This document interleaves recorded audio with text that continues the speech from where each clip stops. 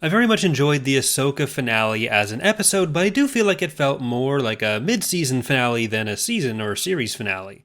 All the characters were left in an interesting place, but aside from Ezra getting home, we have a lot of unresolved plots to get to.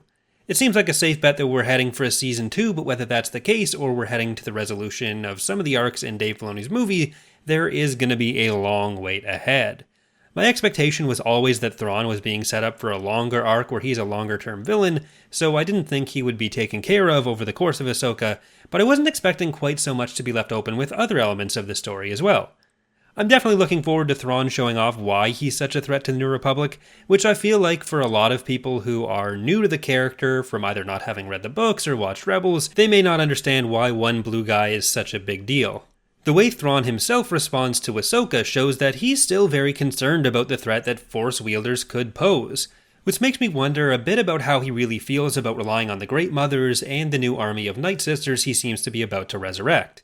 That could obviously be a big threat for the New Republic, but when Morgan's about to sacrifice herself for Thrawn to get away, Morgan says for Dathomir rather than echoing Thrawn's for the Empire, and I think this could point towards the seeds of some conflict between these two groups. I do wish we had a bit more of Morgan. It feels like she took a bit of a backseat to the other characters in terms of getting her own development. She certainly helped move the plot along, but I think she could have been a great character to explore some of those relationships more while keeping Thrawn and the Great Mothers at more of an arm's length.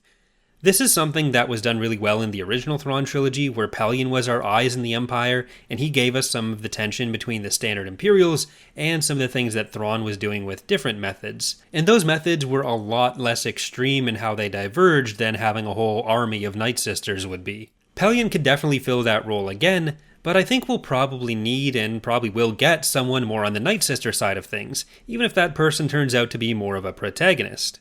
Thrawn's fear of Ahsoka based on her being Anakin's Padawan involves showing a lot of respect for her capabilities, but it also involves a bit of a misunderstanding of who she is now. We've seen Ahsoka come to terms with the fact that part of Anakin is part of who she is, but it's also not all of who she is, and this misunderstanding could come to be part of his undoing in the future, even if it's how he knew he'd need to throw everything at her to get away. When he's telling Ahsoka that a Ronin like her might belong here on Peridea, he's kind of echoing this sentiment that Baylan expressed when he was confronting Ahsoka. Even just sticking to the angle where masters and apprentices share a lot in common, it's one thing to say you don't negotiate with the Padawan of Anakin Skywalker, but what about the Padawan of the negotiator, Obi-Wan Kenobi? And I think that parallel with Baylan is an interesting one, because I think that has some implications for how Baylan's going to be able to move forward as well. We only get a brief glimpse of him in Episode 8, but it's an important glimpse. He's standing on the outstretched arm of the Father, one of the Mortis gods from the Clone Wars and Rebels, and he's flanked by statues of the Son and a headless daughter. I've talked about them a bit in earlier reviews, but while this does potentially put more credence on the Abeloth theory I've discussed before, I still don't quite buy that Abeloth herself will be part of these. In some ways, the son and daughter in particular embody the light and the dark side, so it makes sense that if Baylan wanted to go back to the beginning, they would be involved. All of it does make me wonder if part of this is setting up for more of their story, especially backstory and more Peridea, maybe even more Huyang, in the Dawn of the Jedi movie. But what Baylan doesn't know is that Ahsoka was saved by the daughter. I assume he doesn't know that, sacrificing the daughter's own life to make sure Ahsoka was able to survive.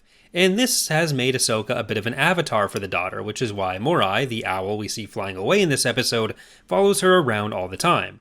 It's still unclear what Baylan wants exactly, whether he'd been called by the spirits of the Ones, or whether he's been called by a more malevolent force like Abeloth, though really the Son is already pretty malevolent as it is. But the other layer to who is calling him is whether Baylan intends to do whatever the thing calling him wants. So we have both the questions of who exactly is it, and what does he plan to do about it. This is obviously the plotline which will be most impacted by Ray Stevenson's death, but hopefully they find a way to continue to explore it, whether that involves a recast or even retiring the character. Shin, though, the other half of the False Jedi duo, got a similarly brief scene showing her essentially joining up with the Raiders. I think a big part of her character, maybe the entire thing this season, has been about trying to figure out what she is and where she belongs. And while we don't have a lot to work with this episode, I don't think the Raider camp is anywhere near the end of her journey. Sabine, on the other hand, has found out more about where she belongs. She's stuck with Ahsoka now, but she's managed to break through her blockage and use the Force.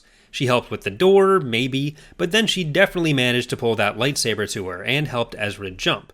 So it's nice to be done with the fake-outs. Considering the emphasis on masters and apprentices in the series, it makes sense that Sabine's ultimate fate would be tied to Ahsoka's more than Ezra's, as much as I was hoping that Sabine would be able to make it out as well. I think her and Ahsoka have an easier potential way to get home than Thrawn and Ezra did, as long as someone can get those coordinates from the Eye of Sion, which maybe Ezra's stolen shuttle was still recording. With those coordinates or the jump data, it basically just becomes a challenge of making a powerful enough hyperdrive, which is probably easier when you don't also need a giant ring to bring home a Star Destroyer. Whatever Ahsoka is going to be facing down on Pridia may require her to stay behind forever, but I think Sabine is probably going to get home a lot faster than Ezra did.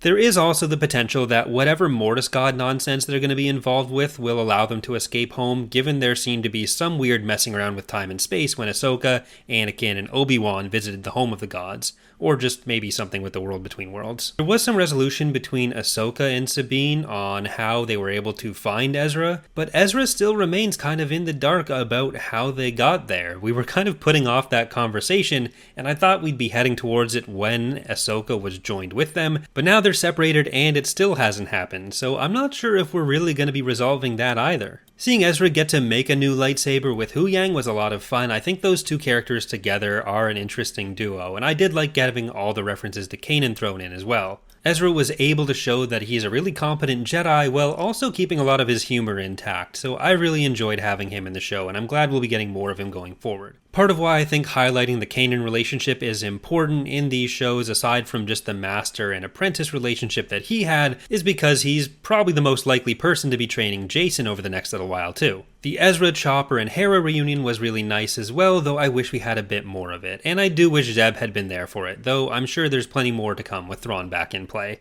I do need to take back my concession on the zombie theory, because some of the troops were in fact already zombies and others became zombies, so that was some sweet vindication.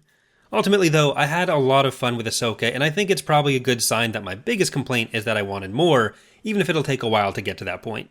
Thanks to all of you who have been following the coverage here throughout the season, I very much appreciate it, and I hope to see you for more lore videos while we wait for Skeleton Crew.